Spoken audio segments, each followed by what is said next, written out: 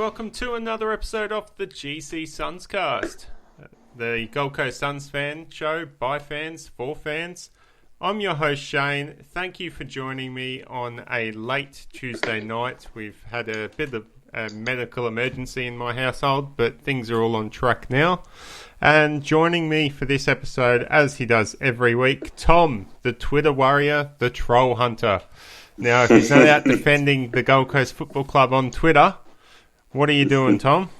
I've decided that given that we're a bit of an easy target with opposition trolls suggesting that we've only got 6 followers on our Twitter account, we've raised that to 8 followers tonight. So we've got a bit of a poll running on our Facebook page of who does Twitter and who doesn't do Twitter, because that's interesting to know how people like to get their news. And we've got a few people who've said they're on Twitter, so we're looking forward to them following us and sharing their stuff. It seems like the different people like different things, like Instagram, Twitter, Facebook, and some people don't like any of it at all. So they rely on YouTube to listen to our podcast after it's finished. So, very interesting. And to answer your question, I've had a very nice week, although unfortunately the visit to Metricon Stadium wasn't that pleasant. No, it wasn't a great game. Before we jump into that, I want to thank our Patreon donors, Old Soul, Jack's dad, Paul Vosti, Tom Kim, Chris Moore, James Wood, new recruit, Tony. Thank you for signing up to join the GCSUNScast crew. We can't run this show without your help, and we do have some special stuff coming along in the pipeline. I think this is episode 44, so 6 more episodes till episode 50, and we're in the middle of planning something pretty special for our guys, and hopefully we'll have some news on that next week or the following week. Okay, let's switch up the format for the show, and let's just jump straight into the AFL review, because let's be honest, it was a terrible game of football to watch, and Suns fans probably don't want to relive it again. Also, it probably gives us a way to get rid of all the negativity at the front of the show. So if you're not keen on negativity, probably skip forward for the next 5 minutes.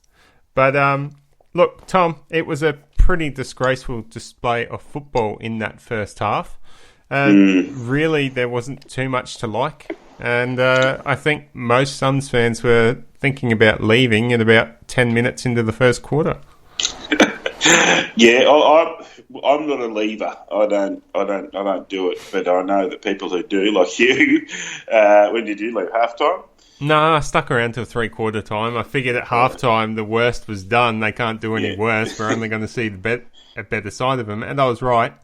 But, and it was pleasing to see the patches that they were able to achieve. I haven't seen a first half as bad as this one since 2.5 years ago, when the Suns played the round 1 against the Lions, and the Lions just came out and kicked goal after goal after goal.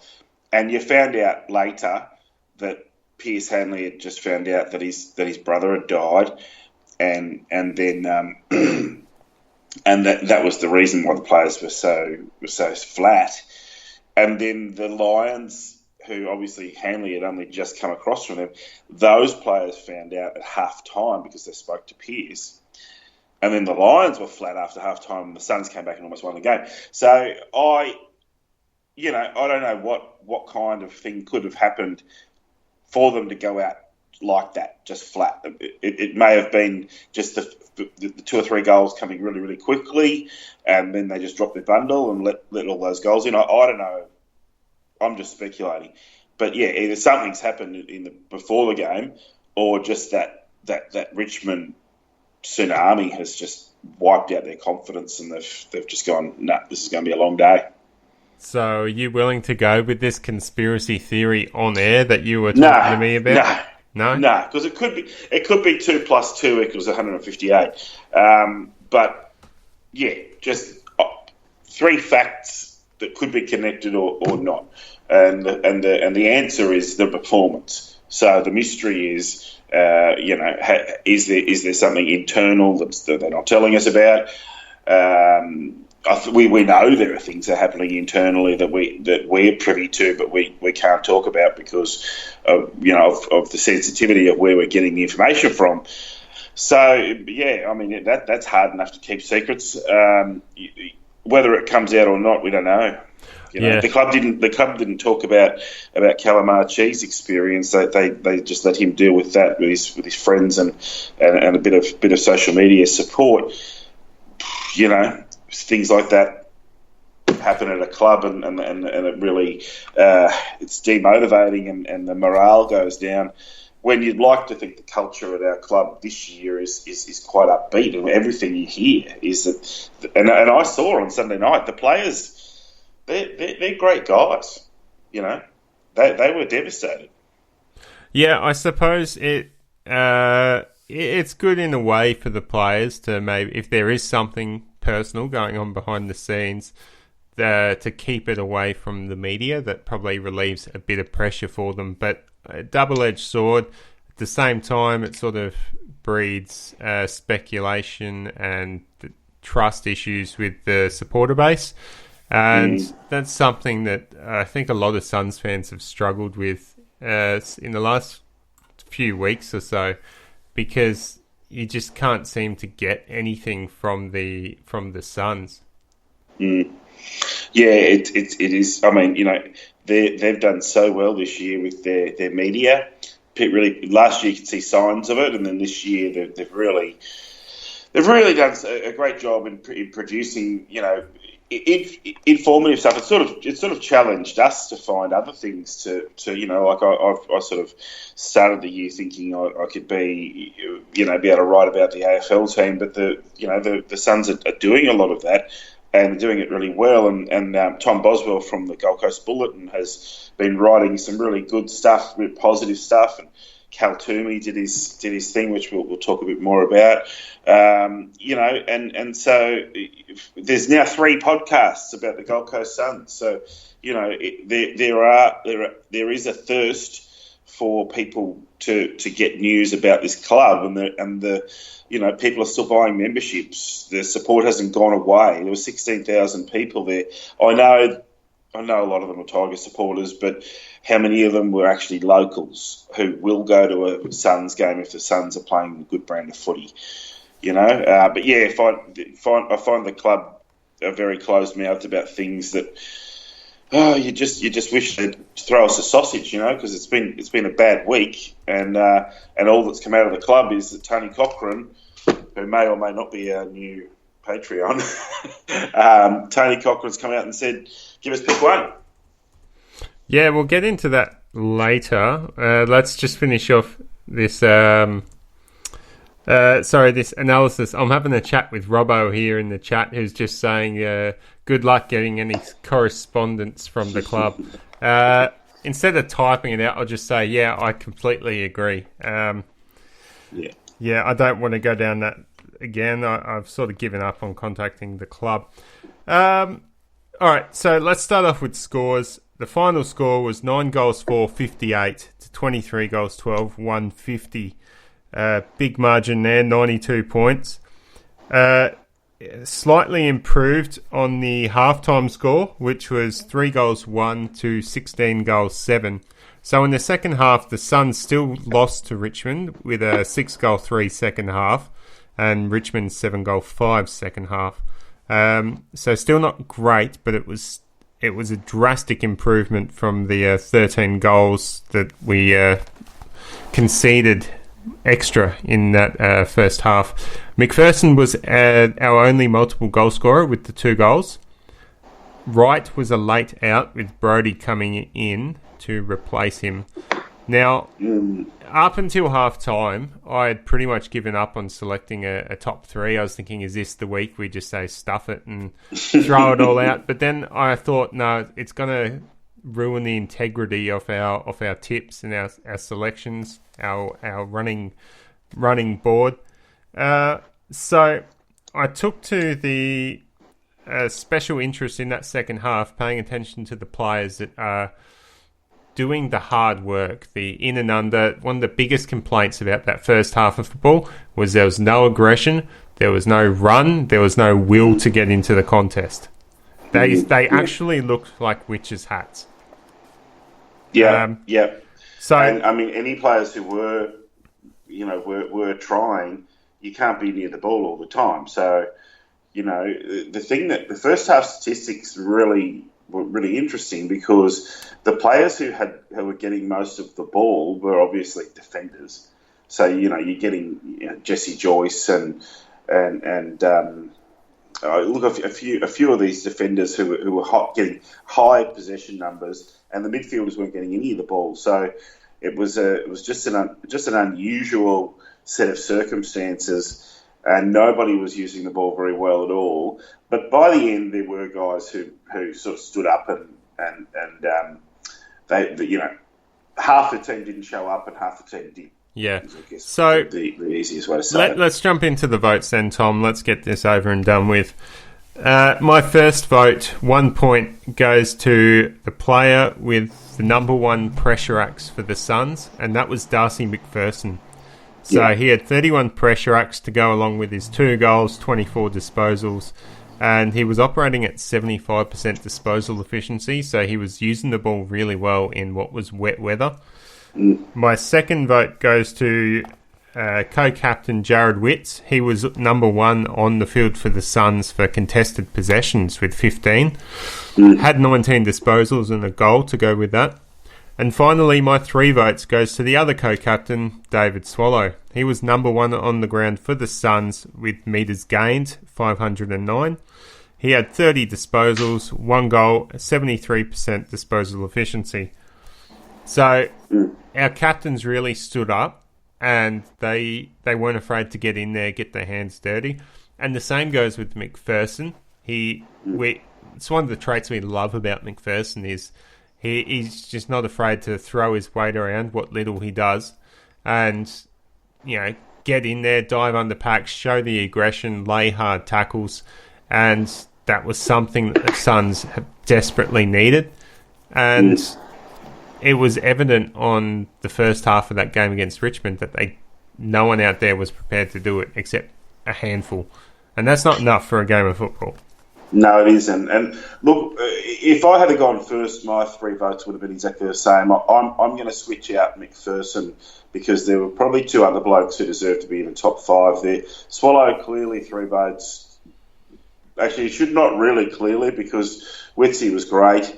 And we found out later played most of the game injured, but he won't go off. He won't miss a game. There's still elements to Witz's game that you want improvement in, but 10 clearances. So he's going in and rucking and winning 60-odd% of the hit-outs, and then he's chasing the ball up, 30% of the time. He's winning his own clearances. I mean, just phenomenal. I'm prepared to say he's the best ruckman in the competition at the moment on form. With Max Gawn out injured and Brody Grundy not going so well. Nick Nat-Nui, obviously, he would be number 1 on par. But anyway, so instead of McPherson, I'm going to give 1 vote to Sam Day, and the reason is he clunked 4 contested marks in the wet, kicked a goal, had a goal assist, had 9 chop-out hit-outs. He was accurate with the ball. We weren't going to win the game. It was obvious from very, very early on, but he never stopped trying. And if he's going to give that performance every week, it won't be long until we are winning games. No. Sam Day is starting to prove a very crucial cog in the Gold Coast Suns forward line. And Peter Wright, when he comes back, should make a great tandem with him. All right, now for the... Lockie Weller, what a performance! And this week, we're breaking tradition. We're going away from the water performance of the game. And we're giving it to Tony Cochrane. Now, his comments, the article that came out on afl.com.au the other night, I will become a 6,000-pound gorilla on this. You know, that's typical Tony Cochrane sort of words here. So he goes on to say, we are past the stage where we say we will give you a couple of players from the VFL or Sandful or Waffle. It has to be something that breaks the cycle. You can't keep tinkering at the edges. You need to give clubs hopes of making finals at least once every 7 or 8 years. And we need a circuit breaker, a genuine player assistance, or we are not being genuine in what we are doing. So it looks like he goes on to say, are you serious about real help or not? I will become a 6,000-pound gorilla on this. We are at the pointy end of the argument. We need some proper assistance, and I'm not asking for Tony Cochrane or the Suns, but the tens of thousands of juniors playing the game on the coast. We want to keep them playing, want them to be rusted onto AFL via the Gold Coast as we continue to try and develop a footy side in NRL Heartland. Now, that's a very, very strong words from Tony Cochrane, and he's never been one to mix his words, does he? He comes out, says what he feels, and everyone else can just get stuffed. So, obviously... It's awesome, and he needed to stand up for the club this week, because you can only do what you can do to get the players to get the results on the field, and the club, you know, it's not like the club walks around with their eyes shut and their thumb up their butts. They're doing everything they can. And, I mean, Shane, when you go to Metricon Stadium and you just think, gee, look, this is just brilliant, you know, and you see everything that they're doing, that everything's in place. And this is what the southern media and the people down south just don't know. You know, some of these commentators have never even been to Metricon, and they don't understand where the club is on the verge. It's just that the difference between a side that can win games and a side that has this problem every year of being competitive early and then injuries and form and various things lead to these, you know, big losing margins and long losing streaks. It's because the club's just young. Like, this is the 9th season. They're the oldest guys who are playing in the very first season are 26. We don't have any 27, 28, 29-year-olds. We've got a couple of guys who we brought in who are in their 30s, but, you know, we just lack that maturity. And let's face it, a guy who's 27 knows a hell of a lot more about footy than a guy who's 18. And at the moment, we can only get 18-year-olds. Yeah, it's certainly a big issue. I mean, my preference is that we get some form of AFL assistance, and we'll go into that in just a sec. But you're right, it's got to be... Essentially, the Suns have got to take whatever they can get. Ideally, the ideal scenario is we get a couple of marquee or star players that you can build a football club around, to come between the ages of 24 and 28.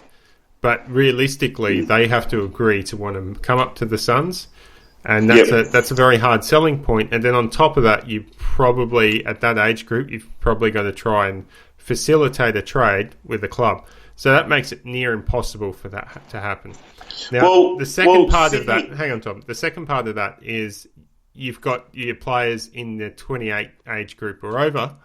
Now, you can probably pick a couple of them up as unrestricted free agents, not having to facilitate a trade, but a lot of them aren't going to be world beaters for what we're after. And the Suns don't have a great history of recruiting those sorts of players with Hanley and Malcheski. These guys we thought would come in, give experience and leadership.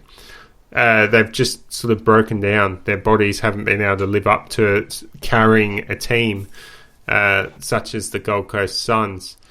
So it really brings us back down to the 18-year-olds, the kids, because they're the ones that are forced to come up here through the draft, and then it's really up to the Suns to keep the players with player retention and develop them into actual AFL footballers.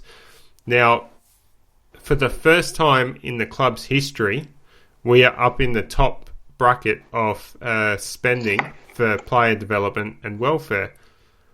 So back in 2011 or 2010, when the club was starting out, they were down the bottom.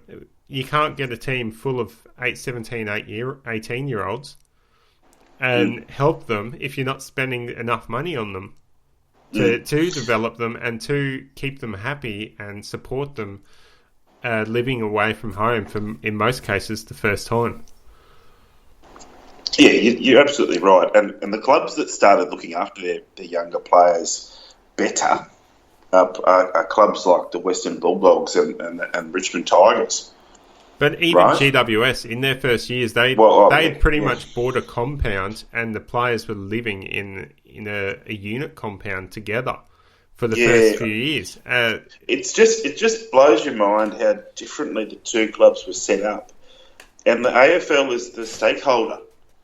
Like it's almost like they had these two vastly different ideas of how to set up a club, and the conditions. And Gillon McLachlan wasn't in charge of the AFL then, but he did have a lot to do with the Gold Coast, the GC17 as they were known, and it's like they're like, okay, let's start this club with because it's got a stadium with these lights, and let's start this other club in the middle of non-AFL territory.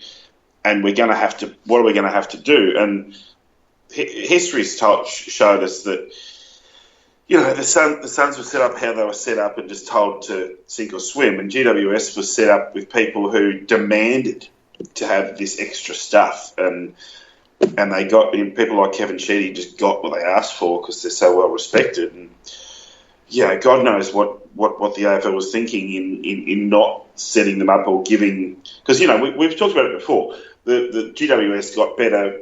They got larger salary caps by the tune of $3 million. If we were given an extra $3 million for the next 5 years, we could buy Stephen Coniglio, and the Giants would get compensated for it from the AFL, but not from us, because he can walk, And the one thing I will say is the AFL have come out and they've got a new list of free agents. Have you seen that one? No. So what they've done is they've reclassified. So let's say we've got a player, Michael Riccitelli, who was at the Lions for long enough to qualify as a free agent, and he's now been at the Suns for long enough to qualify as a free agent, except he's about to retire. Well, that's an example of how long you have to be at your second club before you get into your second stage of free agency, which isn't really fair. So what they've done is they've gone and had a look at a whole bunch of contracts of players who are at their second or third clubs, and they've passed well and truly beyond free agency, and they're in that sort of 26 to 30-year-old group that we're talking about.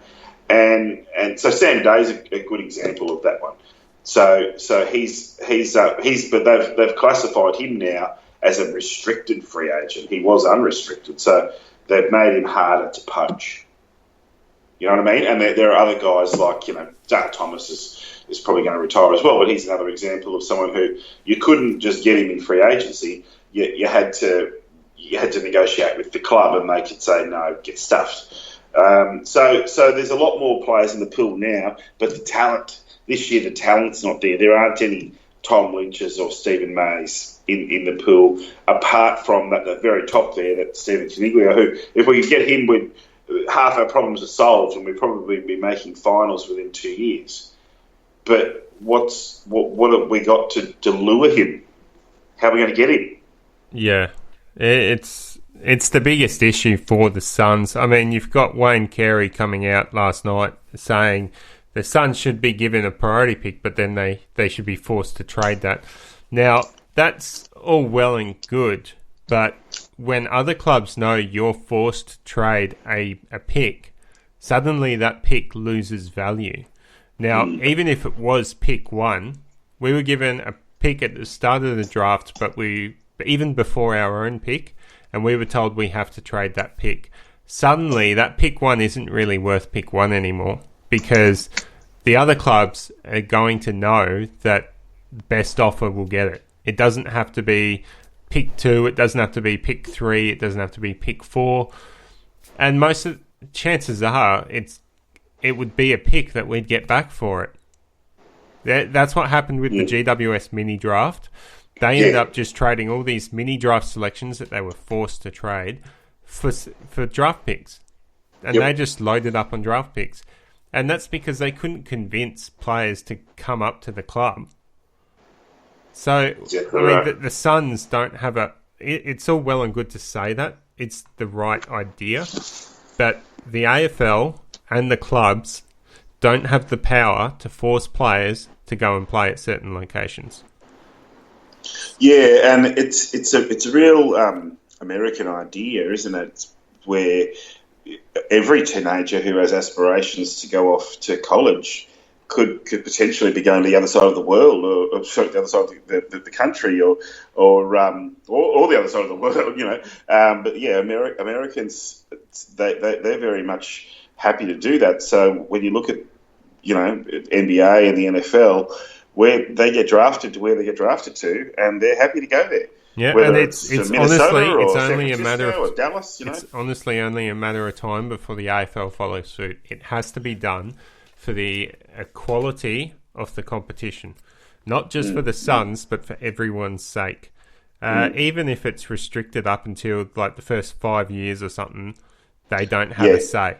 Then from 6 years to 8 years, they can dictate what state they want to play in. But besides that, and you got to expect people to want to go home eventually. I mean, you know, if you've got these young men and maybe they're about to get married or they've got children, of course they want to go and be where their family is. Sometimes the family follows the kid, and then you know you've got a player like Ben Ainsworth, whose family decided to come and live here. Caleb Graham's family moved down from North Queensland, so those guys are committed to the club, and they're going to be around. But they're, you know, every club's got, you know, Fremantle are probably in as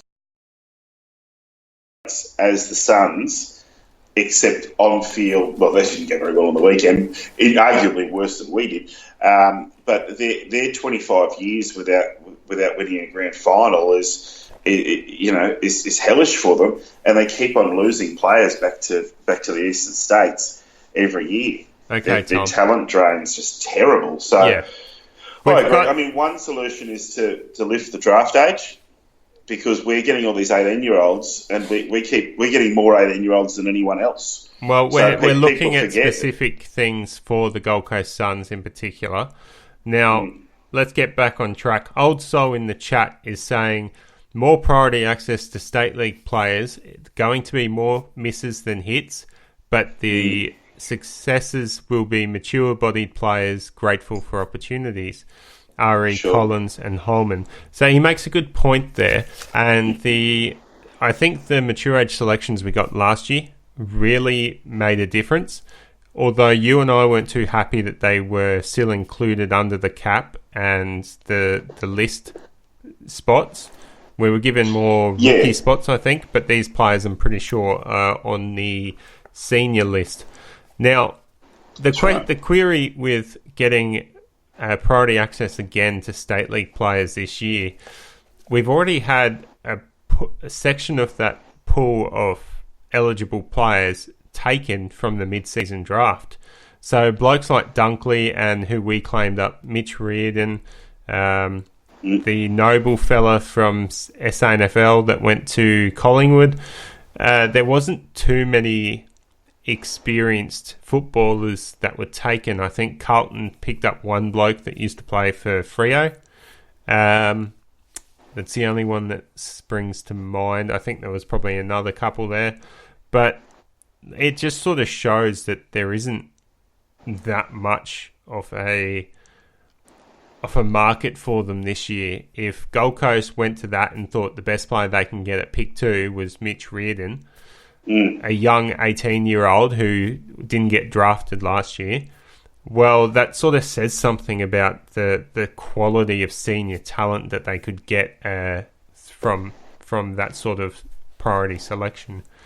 Well, I've got two things to say about that. And the first thing is the Suns got three pre-selections, and it wasn't in any order. Carlton got 2, but it wasn't in any order. So basically, Carlton went off and negotiated with players, and so did the Gold Coast. And the players that Carlton went and negotiated with, they had to sort of do it in a tricky sort of way. They had to go and get the player that they knew had a trading partner. They knew they had a trade partner for. So they traded their mature players for extra picks, which, not too many people were that happy about, because the whole reason to give them to them is to give them some extra mature bodies. And the Suns went and got the 3 players who were willing to come to the Gold Coast. Then, in the pre-season, Sam Fletcher, and in the mid-season, Mitch Reardon, who, by the way, Mitch Reardon's a fantastic player, and I can't wait to see a bit more of Sam Fletcher as well, which takes our crop of 18-year-olds that we picked up in the draft from 5 of them to 7 of them now, and 7 on a list of 48 is a significant number. So we've got to somehow get some experience into these guys, and they're probably going to be playing in some big hidings between now and the end of the year if they do get blooded. But I mean, I couldn't be more thrilled by that draft haul, because those fringe guys, those 18-year-olds that we got, they would have gone in this year's draft. The only reasons that they didn't were that they played inside mid, and there's like 100 inside midfielders who go to the draft as hopefuls, and only about 23 or 25 of them get selected. So they didn't get picked. They should have got picked, because looking at their form, they're good players. So are you suggesting there are players in the VFL, Waffle, Sandful right now that the Suns should be looking to recruit if they had a priority access for next year? Short answer is yes. However, I don't think the market's very strong, because it's not like last year where there was a Collins, there was a Corbett and Burgess, and they were all being talked about from around this point last year as potentially being in the draft as mature age recruits. Yeah. I just don't think the talent's there this year. No, we've plundered it. I mean, look at Sydney Stack. How did 18 clubs miss out on Sydney Stack at the draft, and then how were Richmond, of all people, able to get him in the pre-season? Yeah. Look, how did that even happen? There's always the chance that it could pay off, but I think it's a very slim chance. But the reasons that I think the club needs to go hard at the number 1 priority pick to bring in a teenager, in particular, if we would end up with picks 1 and 2 at the draft, we'd be able to claim Matt Rowell and Noah Anderson. 2 gun Vic Metro midfielders, both playing a different style. They both have a bit of speed, something that the Gold Coast Suns desperately need, and they're best mates. So pairing those 2 up together essentially means these 2 will be lifelong Suns, or at least 8-year players, you would think. They're not going to ditch their mate to go back home. They should fit in a lot more comfortably.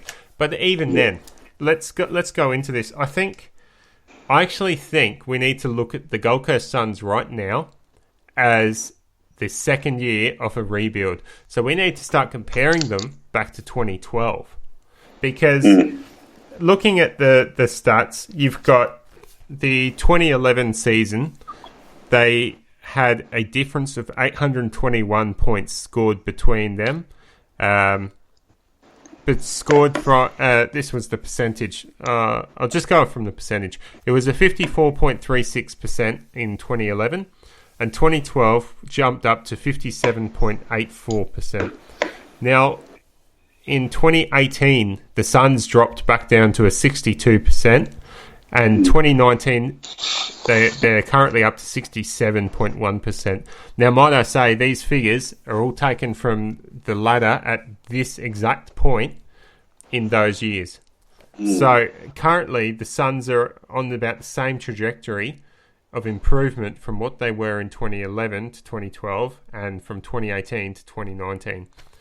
So in saying that, I think you can look at the Gold Coast Suns as having...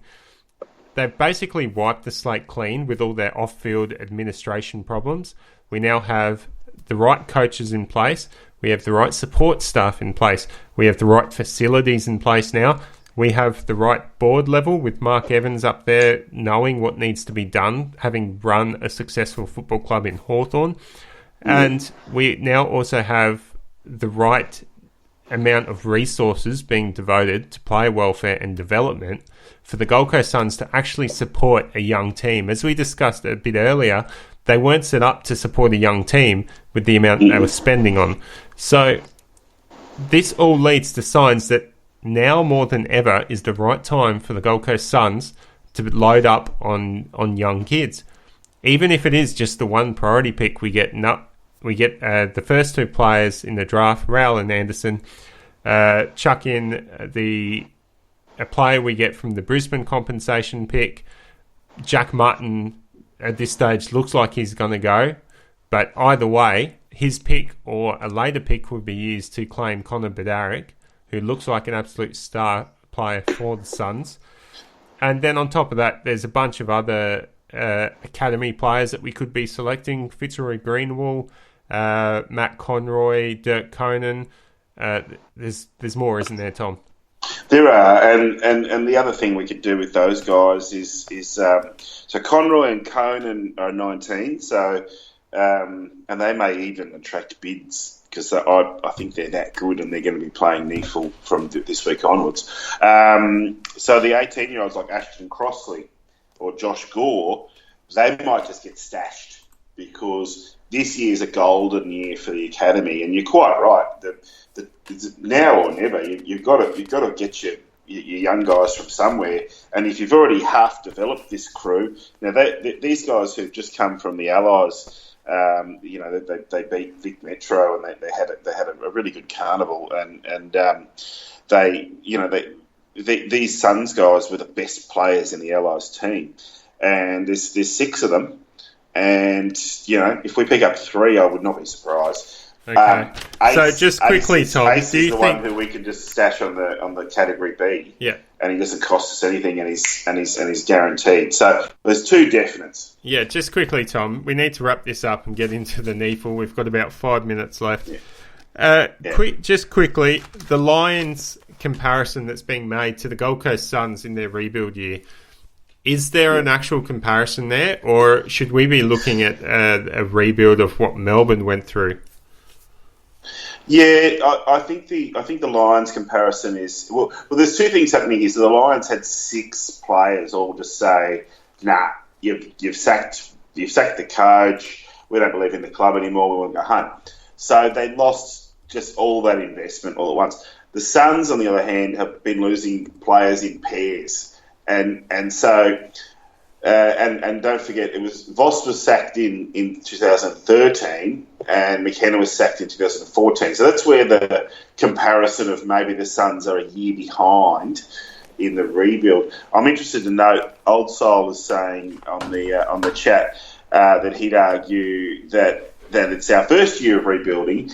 And what I would like to say to that is that we started to rebuild at the end of 2014, and in the Eid years, what we were doing was getting rid of players, cycling players out, and he started. Well, maybe it wasn't him, but under him was when our talent drain started, and we weren't getting as good of players come in, or if we were, they were 18-year-olds. So really, this last year when we just got rid of 17 players, re-rookied 4 of them, and they're on prove-it years. This is the first time we've really thoroughly committed to a massive clean-out. And there's probably another one coming. And I think that's tough because when you get used to players, how would you feel if the Suns said, "Thanks, Pierce Hanley, but check you later"?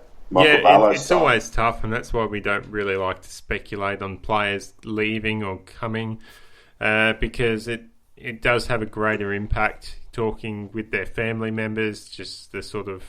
Essentially, we're talking about whether someone should be sacked or hired for a new job. Let's jump forward now quickly to give us a quick rundown. What are the latest on the injury report? All right. So the injured players, the AFL website they just never ever put any effort into the Suns. So we'll give up on them. I've been running my own, and this is from reputable sources. So, in order of who's coming back, Sam Fletcher's a test for this week. Josh Schoenfeld's got another week. Ben Ainsworth and Jack Bowes have got 2 more weeks, so they're looking likely to come back for the Essendon game.